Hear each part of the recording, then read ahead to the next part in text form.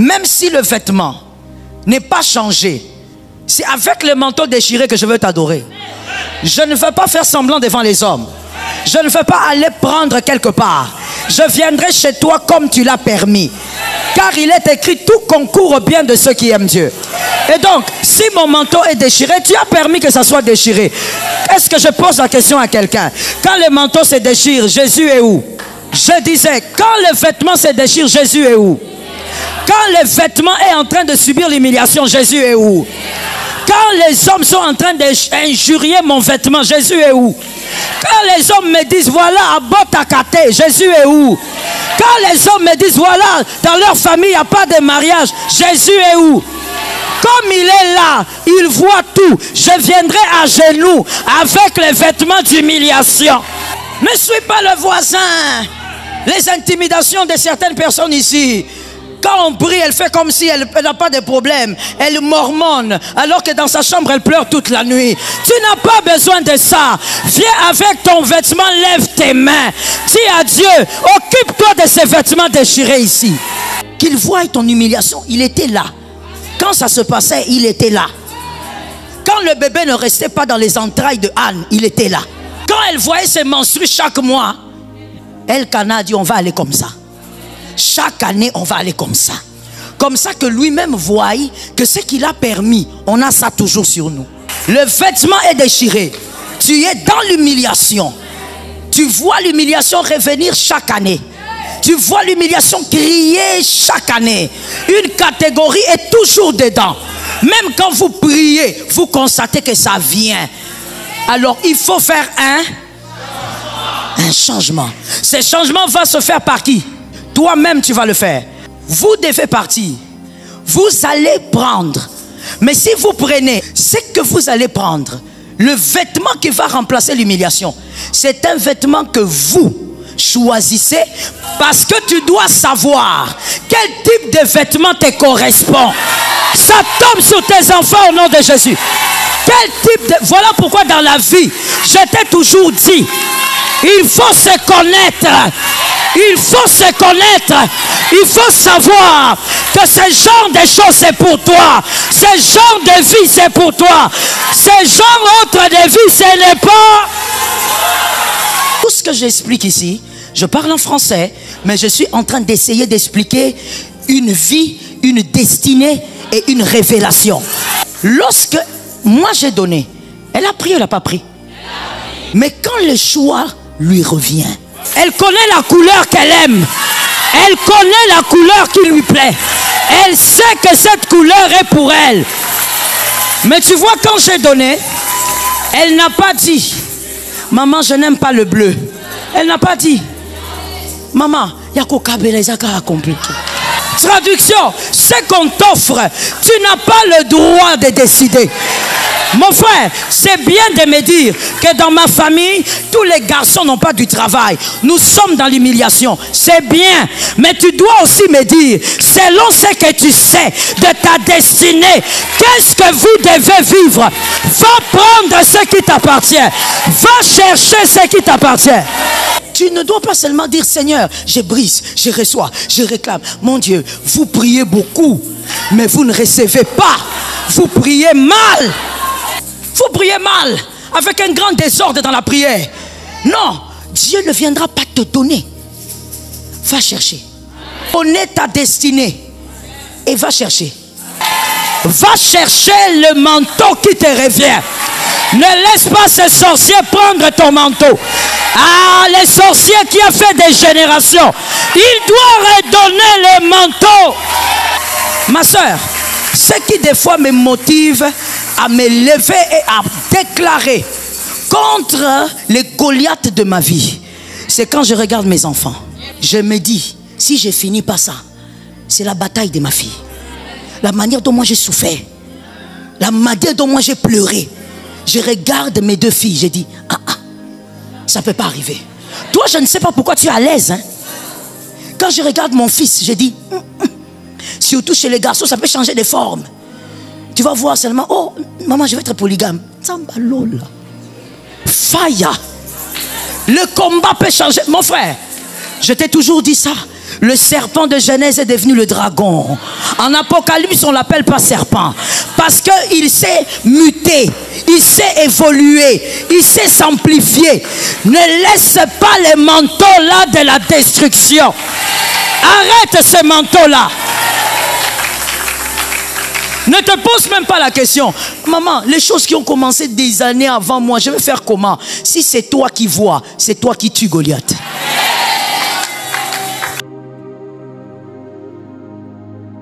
Le sang piégé. Les 5 signes, c'est de ça qu'il s'agissait. Les 5 signes d'un sang piégé. Premier signe, s'il vous plaît. Merci. Le manque d'un précurseur sauvé. Il n'y a pas quelqu'un qui a été sauvé avant vous, c'est un problème. Deuxième signe. Un précurseur totalement dépendant financièrement, que Jésus vous en délivre. Que ça ne soit pas dans ta lignée au nom de Jésus-Christ. Troisième signe. Troisième signe.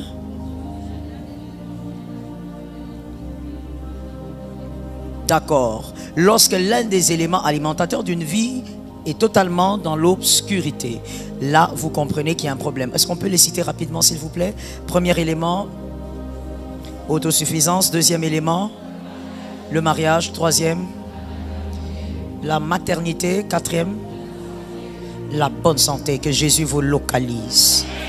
Quatrième aujourd'hui, quatrième signe d'un sang piégé dans une lignée, dans une famille. N'oubliez pas que la thématique est le sang familial. Il s'agit de la famille, tout se passe dans la famille. Quatrième signe, la reproduction d'événements dépouilleurs. La reproduction d'événements ou des événements dépouilleurs. La reproduction des événements dépouilleurs. 1 Samuel 1, 21. 1 Samuel 1, 21, virgule, Esdras 9, 5, Esdras 9, 5. On va lire la première écriture. 1 Samuel 1, 21. Son mari Elkana monta ensuite avec toute sa maison pour offrir à l'Éternel le sacrifice annuel. Le sacrifice, merci.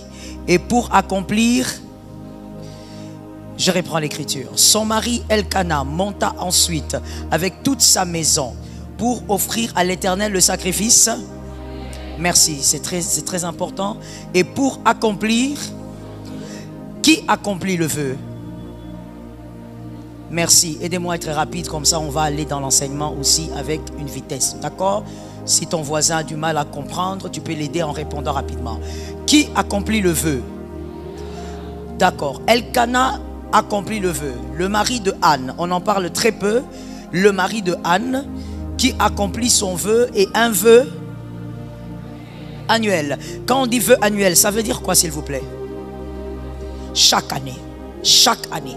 Chaque année, Elkana, mari de 2 femmes, Pénina et Anne, accomplissait un vœu chaque année. Il montait au temple à la même période, au même moment. Il allait accomplir son vœu.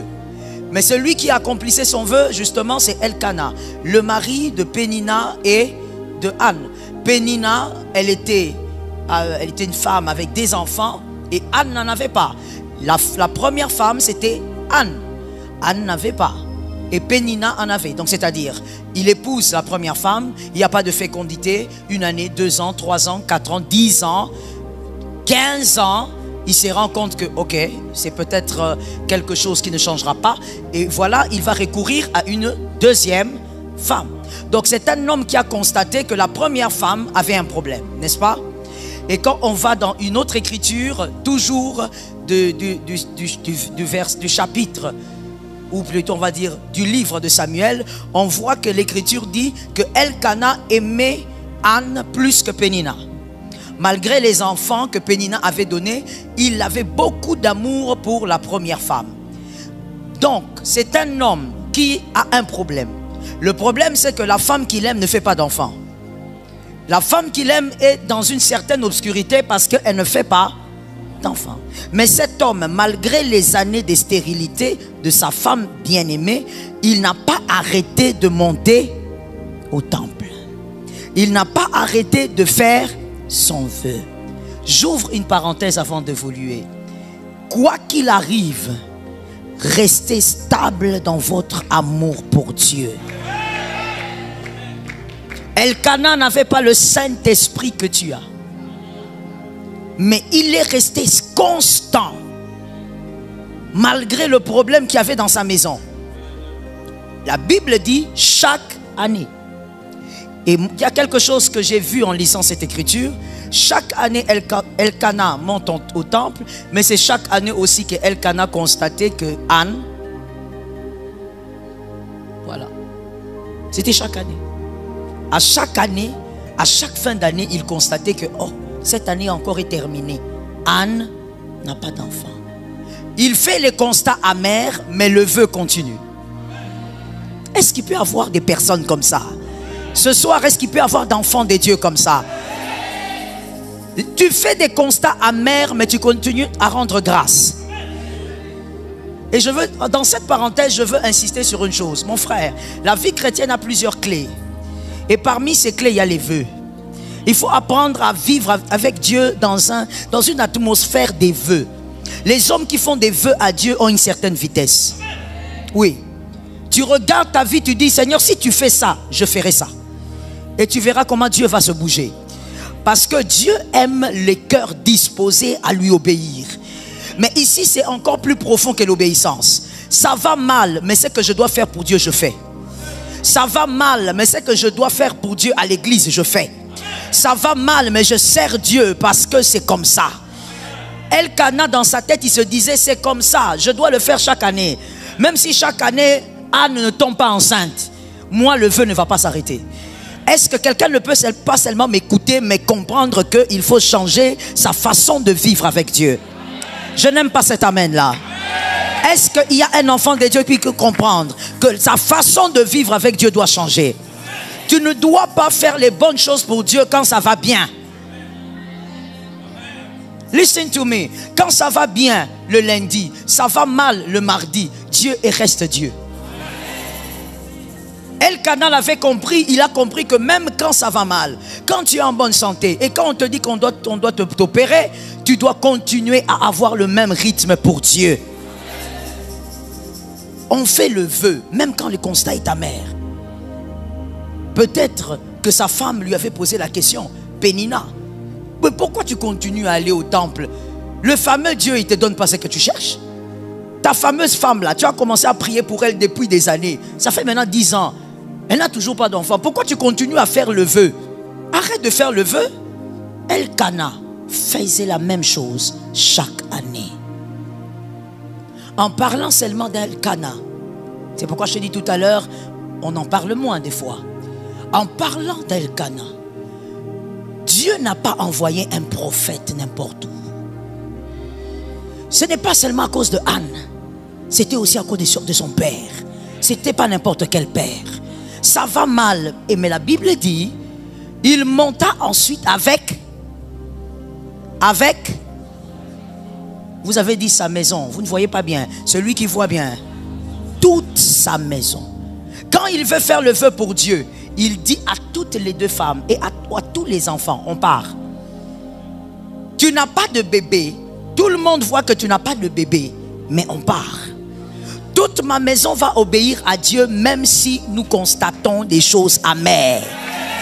Est-ce que Dieu peut me donner dans cette assemblée des hommes et des femmes comme ça?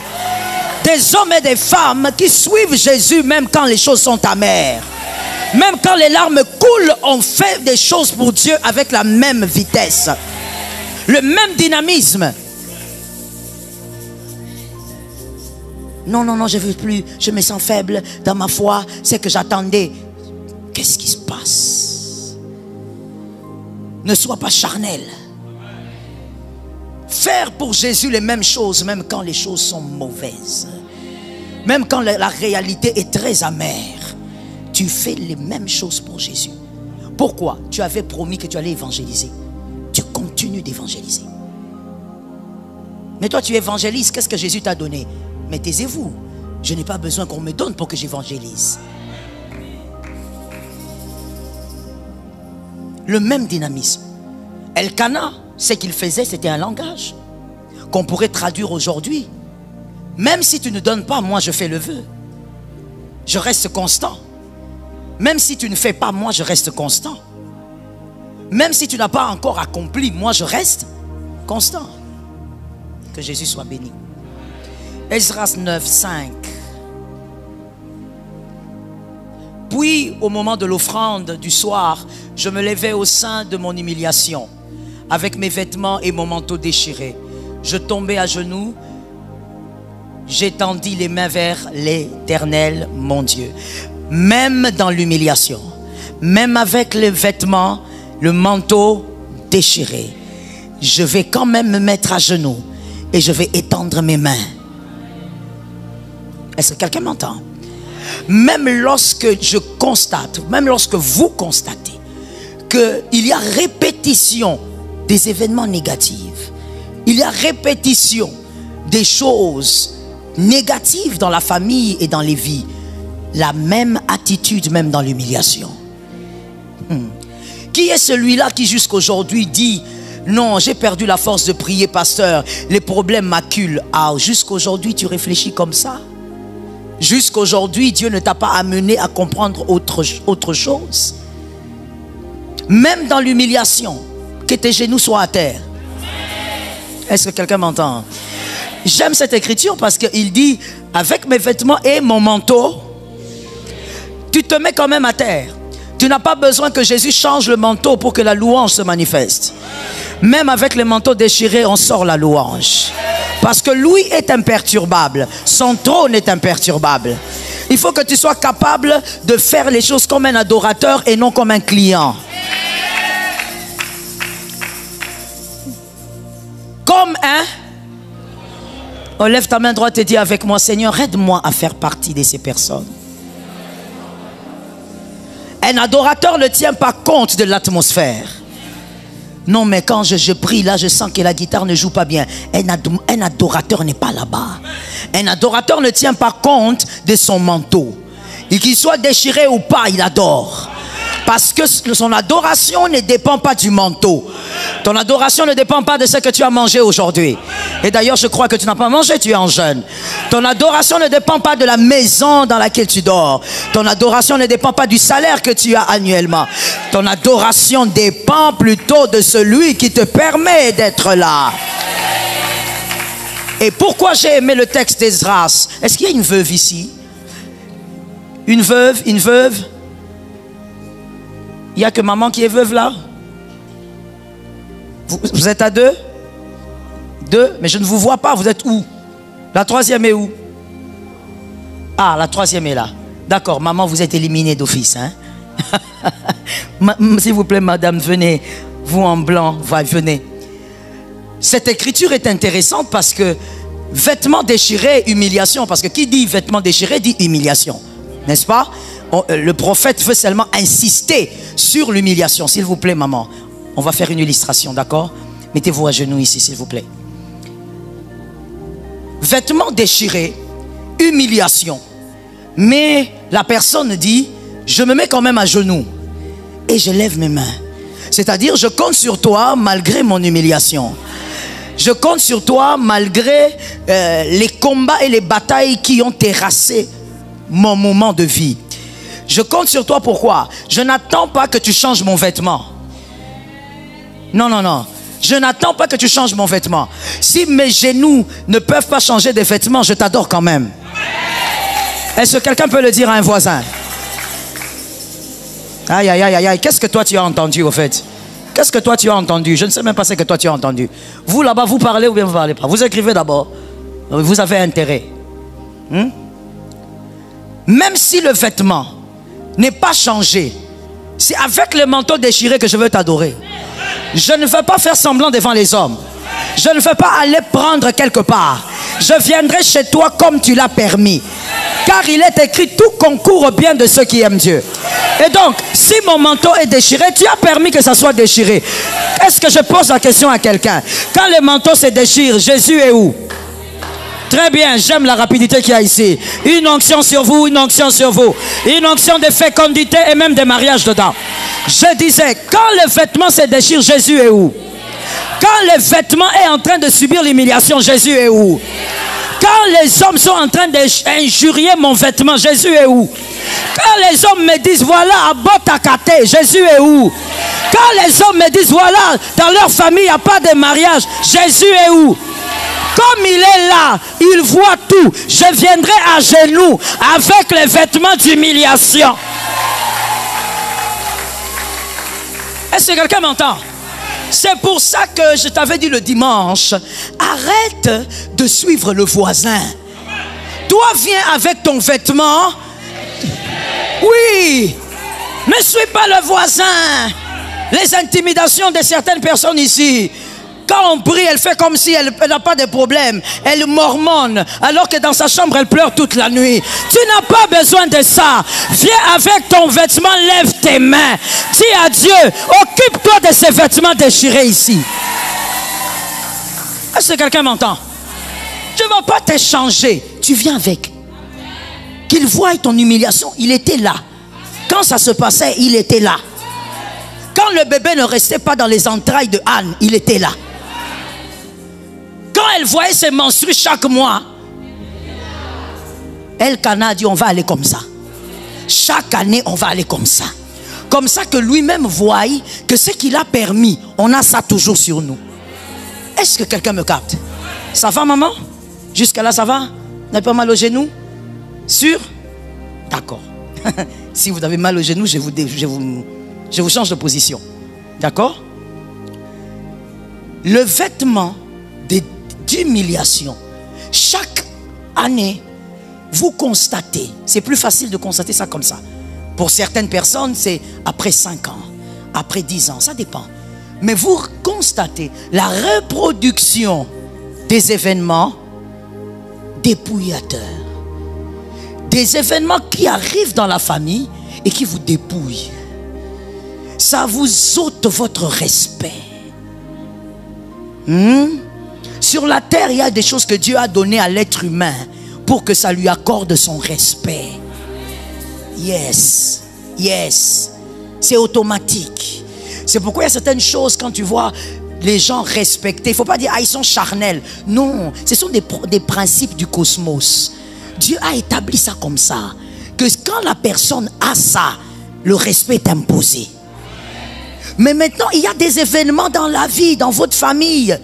Ce sont des événements qui vous dépouillent. Maman, levez-vous un peu. Je vais vous aider, hein. Voilà, on va rester un tout petit peu debout, d'accord?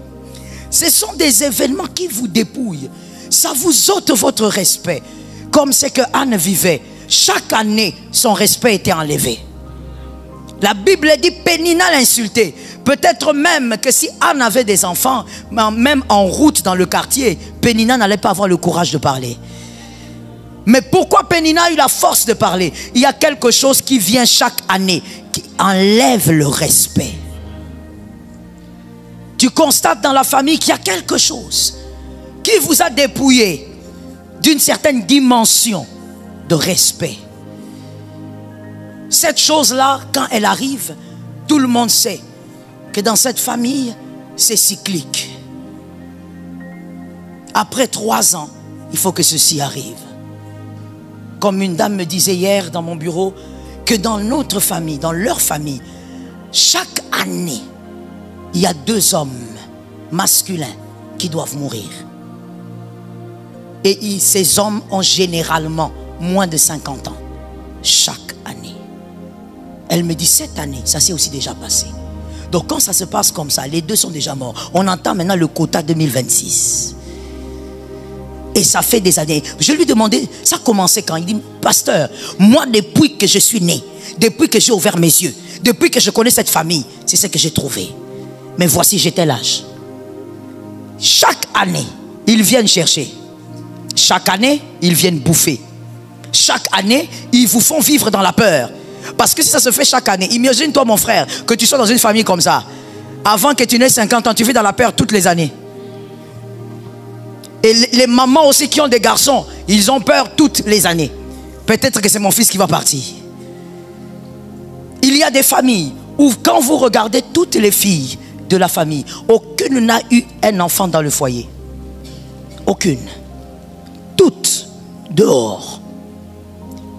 Et celles qui arrivent aussi, celles qui naissent, suivent le même pas. Celles qui n'ont pas manifesté des bébés, elles ont avorté. Un élément qui vous dépouille de votre respect. Tout ce que Dieu a prévu pour l'homme, pour son respect, tu dois l'avoir. J'ai compris ton amen. J'ai compris ton amen. J'ai compris ton amen. C'est un amen de quelqu'un qui n'a pas compris. Tout ce que Jésus a prévu pour ton respect, tu dois l'avoir.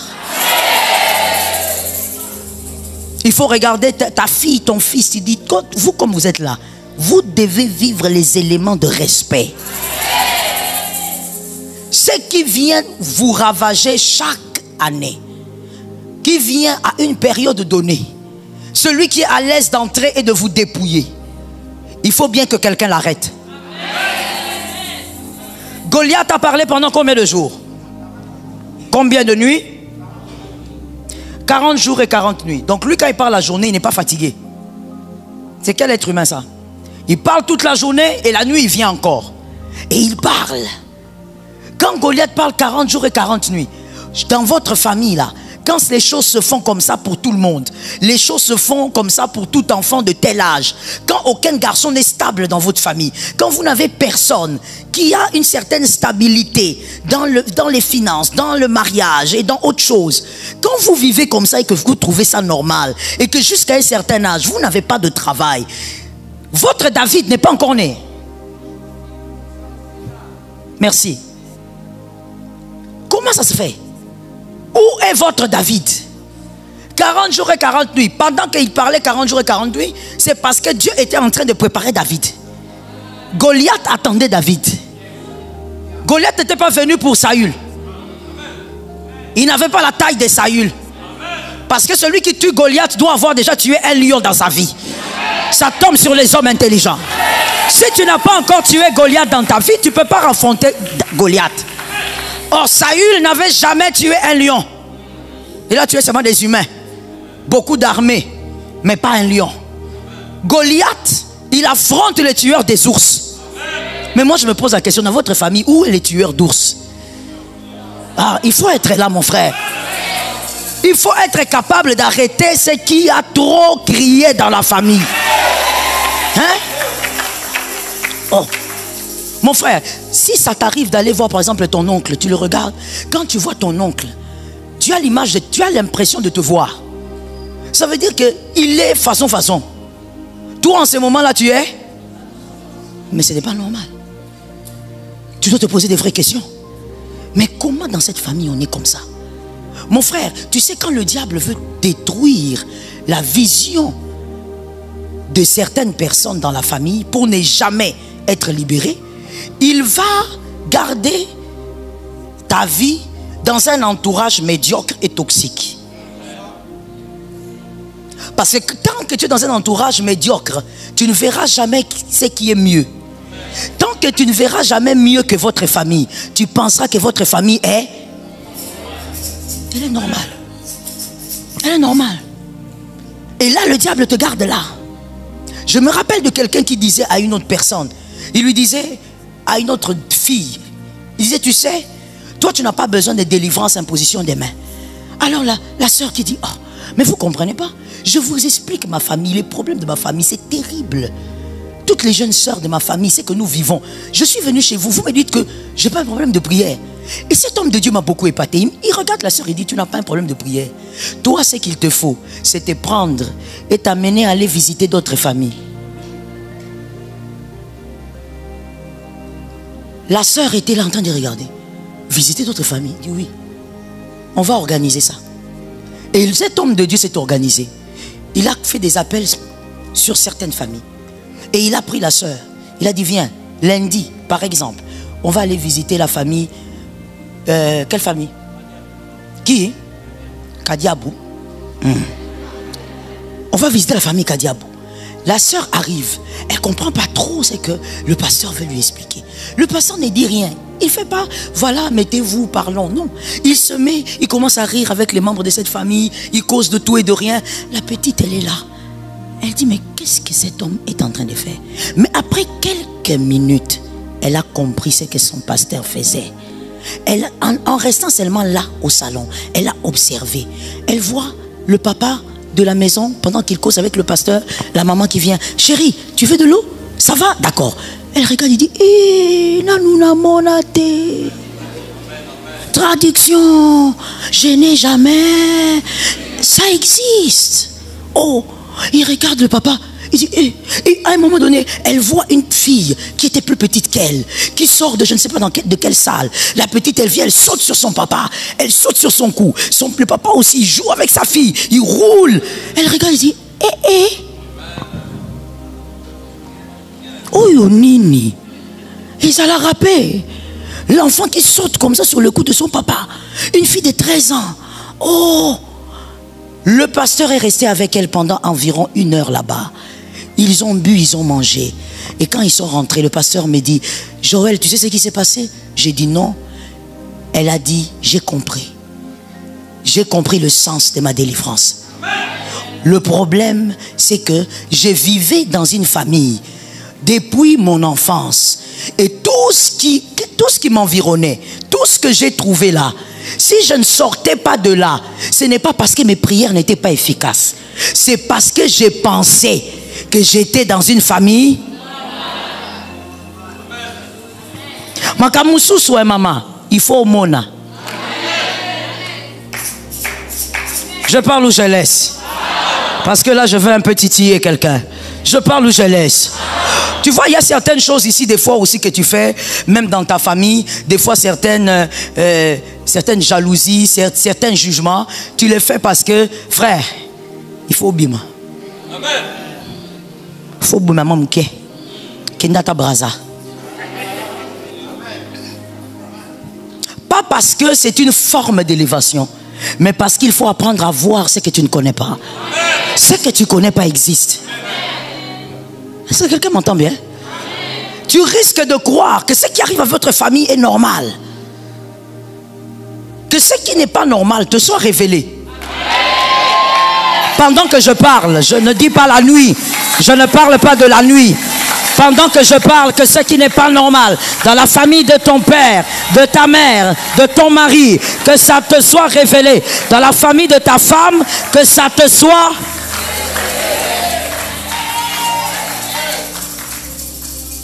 Il y a des choses des fois qui quittent ton esprit simplement parce que tu as vu.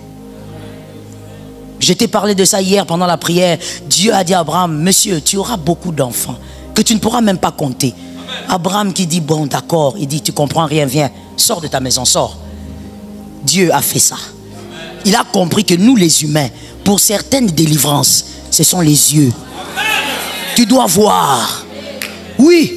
Tu dois voir une femme aimer son mari pour savoir qu'il est possible d'être dans un couple où une femme aime son mari. Tu dois être capable de voir une famille. Dernièrement, il y a quelque chose que j'ai vu, ça, j'ai pas trop bien compris, mais à un moment, après quelques minutes, j'ai compris. Maman, ça va? Jusque là, ça va? Je vais vous garder ici, je sais pourquoi. Pour quelques minutes encore. Hein? Je vois une fille qui est tellement joyeuse. Elle vient en courant. C'était là, devant mes yeux. Elle vient en courant et elle saute sur son papa. Quand elle saute sur son papa, regardez ce que j'ai vu. Maman, venez. Maman, tenez-moi comme ça.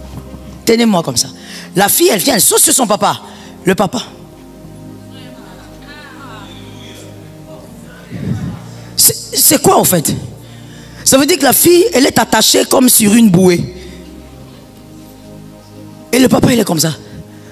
Comme un parachutiste. Ça veut dire, tu comprends qu'il y a quelque chose avec ce papa. On ne l'a jamais câliné par un parent. Et il ne peut pas câliner sa fille. Parce que pour lui, il a la raté. Ah ça, moi, moi aussi. Je choque ou je laisse. Ah ça, ma belle. Ah ça, moi aussi. Oh, je ne sais même pas comment le dire, les gars là. Je ne peux pas toucher à ma fille. Donc pourquoi? Le problème, ce n'est pas trop le corps. Le problème, c'est qu'il n'a pas reçu. Et pour que les choses changent, il ne faut pas qu'on lui impose les mains. Il doit voir. Il doit voir quelqu'un d'autre le faire et puis il n'y a pas de problème là-bas. Comme j'écoutais un frère qui disait, ah maman Joël, tika, ma békoya. Quel mabé? À part si tu es vraiment un pervers total. Ta fille, le problème c'est pas ça. Le problème c'est d'avoir vu. Est-ce que quelqu'un m'entend bien? Certaines choses qui se reproduisent dans votre famille et qui vous dépouillent. Ce soir, tu vas voir. Que quelqu'un lève sa main droite en disant, j'ai trouvé les autres en train de le vivre. Non, ne répète pas seulement, parle avec autorité. J'ai trouvé les autres en train de le vivre. Moi, on recommence. J'ai trouvé les autres en train de le vivre. Moi, mon cas est différent. Au nom de Jésus, par l'autorité du Saint-Esprit, ça doit s'arrêter. Ça doit s'arrêter. Qu'une autre porte s'ouvre, une porte différente au nom de Jésus.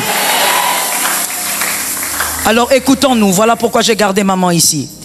Pour que le dépouillement se fasse. Parce que, au fait, quand on vous dépouille du respect, c'est un manteau, comme on a dit, qu'on déchire, n'est-ce pas? Un manteau déchiré dans les Écritures a deux significations majeures. Et ça peut aussi être les mêmes significations même dans les songes.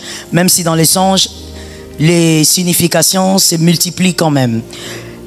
Un manteau déchiré, première signification, ikabod, manque de gloire.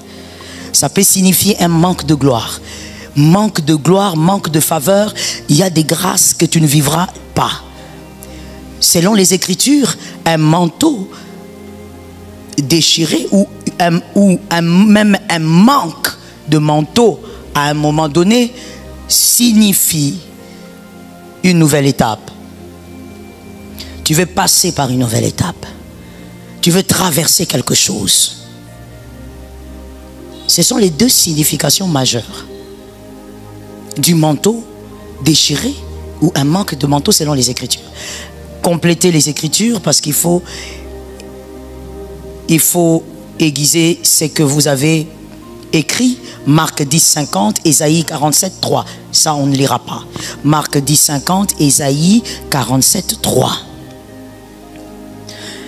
Et voilà donc le secret pour que le dépouillement s'arrête. Le secret pour que le dépouillement s'arrête.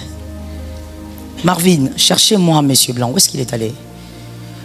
Pour que le dépouillement s'arrête, il y a un seul secret.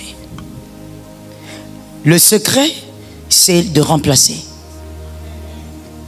Remplacer. Vous ne pouvez pas vivre autre chose si vous ne remplacez pas de manteau. Le manteau déchiré, il ne faut pas le coudre. Il faut le remplacer. Le manteau déchiré, il ne faut pas le coudre. Il ne faut pas prendre, tu dis non, je peux voir comment restaurer ça. Non, non, non. Mon pasteur, il y a des choses qu'on ne restaure pas. Cet amen est faible. Moi-même, je dis amen dans mon esprit. Hein, maman? Est-ce que tu as bien entendu? Il y a des choses qu'on ne restaure pas. Il ne faut pas prier que, oh Seigneur, restaure. Non, Seigneur, c'est tout. Hein? J'ai parlé hier, non? J'ai dit les mécanos, quand tu amènes ta voiture, le spécialiste en ça, il connaît la pièce. Si le mécano peut remplacer une nouvelle pièce, pourquoi il y a des choses qu'il faut seulement dire à Dieu, Seigneur, c'est comme si nous avons méca. Est-ce que je parle? Traduction, c'est comme si Jésus est en train d'essayer. Jésus ne sait pas. Il fait. Il accomplit. Il y a des choses dans la vie, quand ça arrive, mon frère, tu regardes la réalité bien, 360 degrés. Tu dis non. Ça, il faut que Dieu change ça. Je ne veux pas des restaurations, je veux un... C'est tout. Un changement. Oh Seigneur, tu vois, touche le cœur de mon mari qui s'améliore un peu. Non.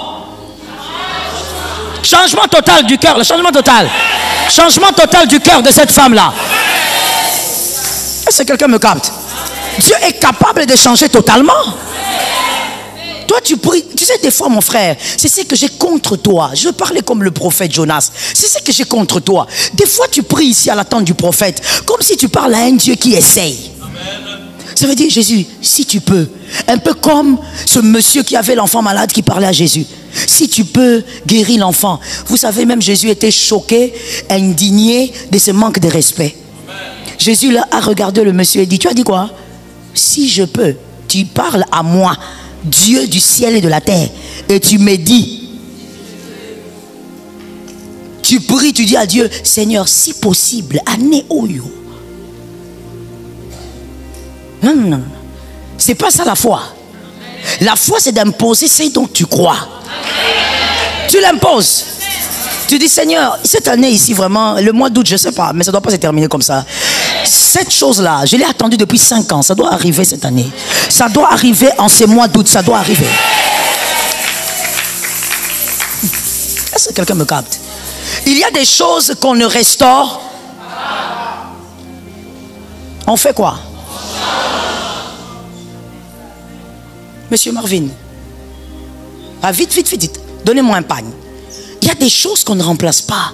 On les change. Si tu ne le changes pas, c'est de ta faute. Le gars, le prophète Esdras, il vit avec les vêtements déchirés. Parce que quand tout ça se faisait, Jésus, tu étais là. Alors c'est à toi de changer ça. Il n'est pas venu devant... Non, non, non, non, non, je ne veux pas ce pain-là. Où est Marvin? Rapidement, je ne sais pas. Qu'est-ce qui s'est passé? Il ne faut pas que les choses soient touchées. Non, il ne faudrait pas que mon frère ici touche mon vêtement. Non, il faudrait que toi qui as vu, quand on m'humiliait, mais écoutez bien, on m'humiliait, on me déchirait l'habit, tu n'as rien fait. Parce que quand on m'humiliait là, les vêtements déchirés, qu'est-ce que Dieu faisait? Non, non, non, c'est pas ça la question. Regardez-moi ici. Vous regardez quoi? Regardez-moi ici, c'est moi qui enseigne. Qu'est-ce que Dieu faisait quand on déchirait les vêtements du prophète? Ah, c'est toi qui dis qu'il regardait, on ne sait pas s'il regarde. Ce n'est pas la bonne réponse. 0 sur 10. Qu'est-ce qu'il a fait? Oui, il assistait, c'est encore un peu bien. Parce que le vêtement s'est déchiré, tout s'est déchiré, lui, il était là. Mais il y a une meilleure réponse. Vous avez peur de cette réponse-là? Il ne faisait rien. Il ne faisait rien, papa. Je t'ai toujours dit dans la vie, il faut être courageux. C'est ça la vérité. Toi, tu crois que quand Anne, chaque mois, elle voit ses menstrues, elle ne tombe pas enceinte. La sémence vient, mais l'enfant ne vient pas. Ça veut dire que quoi? Ça veut dire que le corps ne fait rien. Dieu. Mais c'est ça. Tu as peur de ça, pourquoi? C'est ça la vérité. Dieu ne fait rien. Il est là. Il regarde. On déchire ton vêtement. On t'humilie. Il regarde. Quand le paralytique qui était malade, 38 ans, à Bethesda, quand il souffrait là, il n'avait personne. Dieu faisait quoi pour lui? Il était là. L'ange ne pouvait même pas dire, attends, je vais aider un peu les frères là. Rien. Dieu regarde. Pour que le vêtement, monsieur, où est-ce que vous étiez? Pour que le vêtement soit changé, ça demande quelque chose. Ça ne demande pas la restauration. On ne coupe pas un habit déchiré. Je ne parle pas d'un vêtement ordinaire, comprenez-moi, les aigles, je parle d'un vêtement spirituel. On ne coupe pas ça. J'ai envie de le dire en lingala, mais héritier n'est pas là. On ne coupe pas ça, ça ne se coupe pas. Il faut le changement, le changement. Tu prends les vêtements d'humiliation là. Donne-moi un pagne, monsieur. Tu prends les vêtements d'humiliation là. Tu changes ça avec autre chose. Les vêtements déchirés, vous prenez un meilleur vêtement. Vous mettez. Vous mettez. Maintenant, écoute-moi bien. Maman, aide-moi, hein, tiens ça. Maintenant, écoute-moi bien. Pour que tu prennes un autre vêtement et que tu mettes, tu dois aller le chercher. Est-ce qu'on se comprend? Non, je vais mieux l'expliquer. Maman, je peux, s'il te plaît? Je vais mieux expliquer ça. Regarde. En tout cas, comme cet homme-là avait dit, ceux qui ont changé,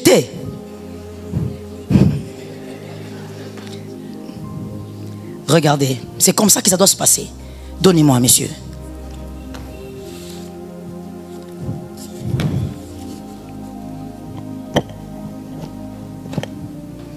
S'il vous plaît, maman, venez ici. Look well. Je t'ai dit tout à l'heure, il y a des changements qui arrivent par le regard. Tu dois voir. Et ce que tu vois, tu dois le comprendre. Le vêtement est déchiré. Tu es dans l'humiliation. Tu vois l'humiliation revenir chaque année. Tu vois l'humiliation crier chaque année. Une catégorie est toujours dedans. Même quand vous priez, vous constatez que ça vient. Alors il faut faire un changement. Ce changement va se faire par qui? Tu as bien répondu. Toi-même tu vas le faire. Maman, allez prendre un panier, couvrez-vous. Vous devez partir. Vous allez prendre. Mais si vous prenez, attendez, c'est que vous allez prendre le vêtement qui va remplacer l'humiliation. C'est un vêtement que vous choisissez. Attends. Parce que tu dois savoir quel type de vêtement te correspond. Ça tombe sur tes enfants au nom de Jésus. Quel type de... Voilà pourquoi dans la vie, je t'ai toujours dit, il faut se connaître. Il faut se connaître. Il faut savoir que ce genre de choses c'est pour toi. Ce genre de vie c'est pour toi. Ce genre autre de vie ce n'est pas... Maman a choisi. Tu as vu? J'ai beaucoup aimé ça. Aïe, aïe, aïe, aïe, aïe. Mes filles, asseyez-vous s'il vous plaît. Sinon les autres ne vont pas voir. J'ai beaucoup aimé ce que maman a fait. Vous voyez que moi je lui avais donné un vêtement. Hein? C'était quelle couleur? Donc, attendez, écoutons bien. Mais tout ce que j'explique ici, je parle en français, mais je suis en train d'essayer d'expliquer une vie, une destinée et une révélation. Lorsque moi j'ai donné, elle a pris ou elle n'a pas pris? Elle s'est couverte, n'est-ce pas? Oui. Elle ne va pas refuser. Parce qu'on a donné. Mais quand le choix lui revient, elle connaît la couleur qu'elle aime. Elle connaît la couleur qui lui plaît. Elle sait que cette couleur est pour elle. Mais tu vois, quand j'ai donné, elle n'a pas dit, maman, je n'aime pas le bleu. Elle n'a pas dit, maman, il y a qu'au Kabelezaka à compliquer. Traduction, ce qu'on t'offre, tu n'as pas le droit de décider. Mon frère, c'est bien de me dire que dans ma famille, tous les garçons n'ont pas du travail. Nous sommes dans l'humiliation. C'est bien.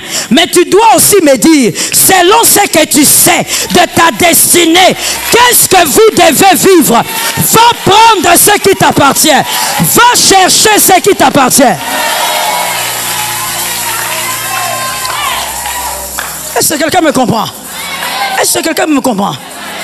Tu ne dois pas seulement dire, Seigneur, je brise, je reçois, je réclame. Mon Dieu, vous priez beaucoup, mais vous ne recevez pas. Vous priez mal.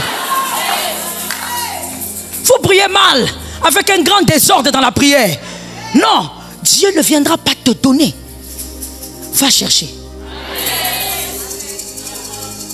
Connais ta destinée et va chercher. Regardez, il y a un monsieur. Vous connaissez ce monsieur? Ce monsieur entend parler de Jésus. Il dit, fils de David, aie pitié. Pendant qu'il parle, Jésus fait quoi? Ah yes. Jésus marche. Jésus continue d'avancer.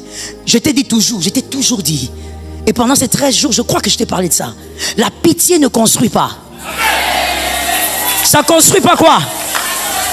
Voilà. Les bons étudiants sont là. La pitié ne construit pas des châteaux. Dieu n'aura pas pitié de toi. Dieu n'a pas de pitié. Dieu a la compassion. Fils de David, aie pitié. Jésus est en train de marcher. Les gens l'arrêtent. Jésus ne s'arrête pas. Il marche. À un moment donné, Jésus s'arrête. Il dit, amenez-le-moi. Jésus, il est aveugle. Pourquoi tu ne peux pas partir là-bas? C'est à lui de venir me chercher. Va chercher le manteau qui te revient. Ne laisse pas ces sorciers prendre ton manteau. Ah, les sorciers qui ont fait des générations, il doit redonner le manteau.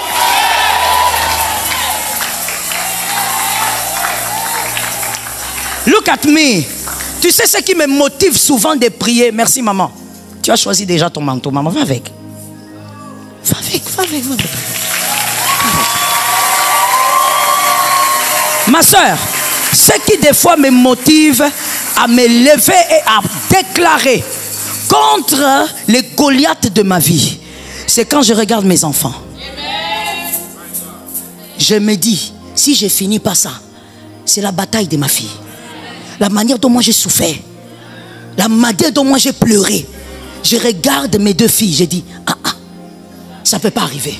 Toi, je ne sais pas pourquoi tu es à l'aise. Hein? Quand je regarde mon fils, je dis, surtout chez les garçons, ça peut changer de forme. Tu vas voir seulement, oh, maman, je vais être polygame. Faya. Le combat peut changer. Mon frère, je t'ai toujours dit ça. Le serpent de Genèse est devenu le dragon. En Apocalypse, on ne l'appelle pas serpent. Parce qu'il s'est muté, il s'est évolué, il s'est s'amplifier. Ne laisse pas les manteaux là de la destruction. Arrête ce manteau-là. Ne te pose même pas la question. Maman, les choses qui ont commencé des années avant moi, je vais faire comment? Si c'est toi qui vois, c'est toi qui tues Goliath. Peu importe ton âge, peu importe l'âge de ta conversion. Ah, j'aime ça. L'âge de la conversion ne compte pas devant le combat. Oui. L'âge de la conversion, quand tu as donné ta vie à Jésus, ça compte pour autre chose. Pas face aux batailles. Face aux batailles, c'est la foi. Que tu aies 12 ans, la foi. 25 ans, la foi. 48 ans, la foi. 60 ans, la... Choisis toi-même. Mais pour bien choisir, il faut te connaître. Il faut savoir quelle couleur tu aimes. Il faut pas être... J'ai beaucoup aimé ce que maman a fait. Vous voyez que c'est Dieu qui a voulu que ce soit elle. Parce qu'elle n'est pas venue. Maintenant, bleu oyona ça pas toi bleu au Simba. Traduction, ce bleu ici, avec les chaussures bleues, ça va aller. Mais il y a aussi quand même ce brin là. Non, mais vous savez quoi? Il y a des gens comme ça, qui se comportent comme ça avec leur destinée. Même Dieu ne sait pas quoi faire avec toi. Tu ne sais pas ce que tu veux. Parce que tu ne connais même pas à quoi tu as été appelé. Tu ne connais pas ta destinée. Est-ce que je peux choquer? Est-ce que je peux choquer? Mademoiselle ou madame, moi, il y a des gars que je n'allais jamais épouser. Je me connais. Malgré ma taille économique. La meilleure taille du monde. Je me connais. Ça veut dire que viens avec tout ce que tu as. Fais comme tu veux. Je te regarde, je te scanne. C'est pas toi. Je te dis. Je me rappelle d'un jour, mon mari d'aujourd'hui, gloire à Dieu, hein. Dans la vie, il ne faut pas toujours avoir ex-Julien, ex-Martin, ex. C'est pas bien. Hein, c'est pas bien. Fiancé autrefois, on n'était même pas encore fiancés. On causait juste. Non, on était fiancés. On était fiancés. Parce que nous, on n'a pas commencé façon comme toi. Hein? Oui. Moi, quand il est venu, dès le premier jour, il a dit, je vais t'épouser. C'est comme ça. Bleu comme ma lame, vous allez raboyer. Voilà. Je me rappelle maintenant d'un jour très gênant. Écoute bien, Marvin. Un jour très désagréable quand même. On causait, je venais de la répétition. Et il était venu me chercher à l'église. Donc j'avais fini la répétition de la chorale, comme j'étais dirigeante là-bas. Et en quittant, on rentrait à la maison. Et pendant qu'on rentrait, on causait, on marchait. Toujours sandales aux pieds qu'il avait. Et pantalon, soquette. On parlait, on rentrait. Il m'accompagnait vers l'arrêt. Et là, une voiture commence, j'entends un moteur. Et là, je regarde, je vois une voiture, une belle Mercedes. Je l'ai reconnue, j'ai reconnu la Mercedes. Quand j'ai reconnu la Mercedes, j'ai commencé à accélérer les pas. Et lui n'avait pas compris. Mais comme il me racontait des histoires, c'était souvent lui qui parlait beaucoup. Et donc, il continue de parler, il suit mon rythme. Et puis, il me dit, mais qu'est-ce qu'il y a? Je dis, non, tout va bien, on y va. Et tout d'un coup, la voiture ralentit, vient jusque là où j'étais. La vitre baisse et c'est le gars. Un gars qui me draguait. Joël, tu montes? Moi, je suis appelé. Je suis en train de... Tu sais que quand il a commencé seulement, Joël, tu montes, j'ai même ralenti. Je le regarde, je ne parle pas, je regarde devant. Là, Monsieur Timothée continue de parler. Non, non, non, non, non. C'est un calibre aussi, hein. Il continue de parler comme si rien n'était. Et lui aussi à côté continue. Et à un moment donné, il me dit, mais Joël, pourquoi tu fais des choses ridicules comme ça? Ne vois-tu pas que ton papa peut venir ici, te trouver comme ça? Monte dans la voiture, je t'accompagne à la maison. Tu vas où? Et là, je m'arrête, je regarde, je dis, monsieur, j'étais déjà dit non. Non, c'est non. Non, c'est non. Pars, va trouver quelqu'un d'autre. Pendant que je parle là, Monsieur Timothée me regarde. Et quand j'ai fini, il me dit, c'est qui? J'ai dit, potentiel. Potentiel. Quelque chose, complétez vous-même. Et on est parti, mais cette fameuse Mercedes continue de me suivre. Avec lui au bord. Mais je n'étais pas là pour suivre les Mercedes. Je savais qui j'étais.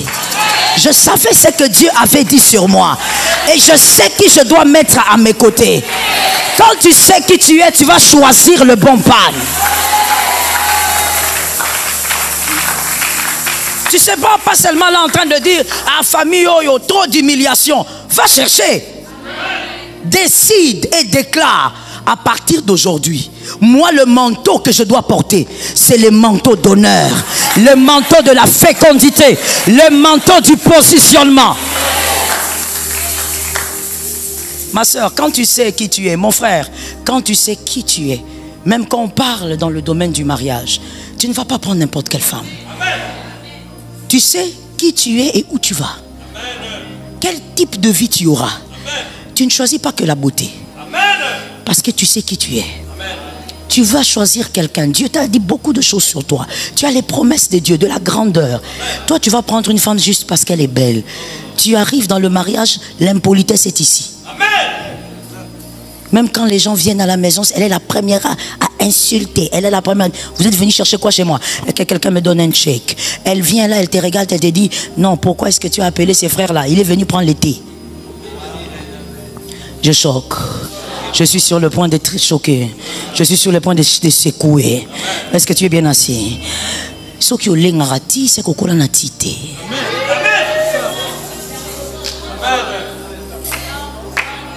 Il y a des gens qui ont dit on n'a pas entendu. Si tu n'as pas entendu, donc Dieu ne veut pas. Dieu a gardé ton cœur. Oui. Non, pourquoi il est venu? Maintenant, tu vas l'accompagner avec la voiture. Beaucoup là, on a vélo. Non, calcul simple, non? Celui qui a vu ne craindra pas. Celui qui a vu ne sera pas complexé. Celui qui a grandi dedans ne sera pas complexé. Je sais que ça te choque, je te choque encore. C'est ça la vérité. Oh, maintenant il est venu comme ça. Donc maintenant tu vas aller seulement prendre seulement la Range Rover là, l'accompagner à la maison. Tu sais pourquoi tu parles comme ça de ta belle famille? Beaucoup là na vélo. Ça veut dire dans les mariages, c'est quoi au Situki? Hey, Range Rover. Celui qui a grandi dedans, ça lui dit rien. Et ça c'est bon. Et ça il part. Il ne va pas trembler devant la nourriture. Toi tu vois des visiteurs venir, c'est fini, tu coupes les réchauds. Tu coupes le gaz. Tu coupes la cuisinière. Qui viennent manger. Et ton mari t'a eu dans les profondeurs.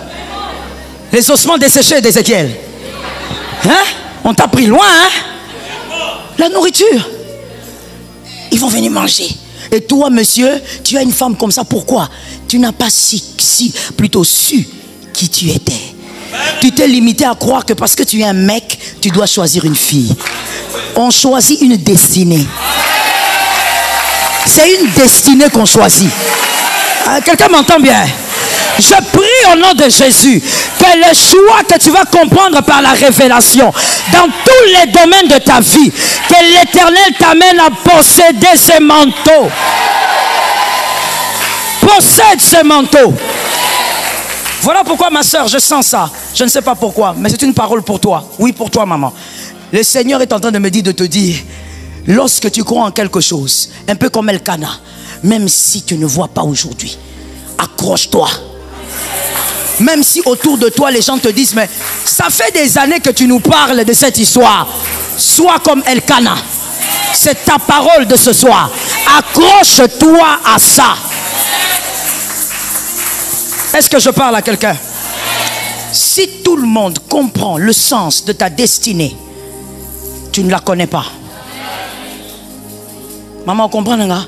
Ça veut dire que nous devons comprendre c'est que Vinayo, nous comprenons en côté.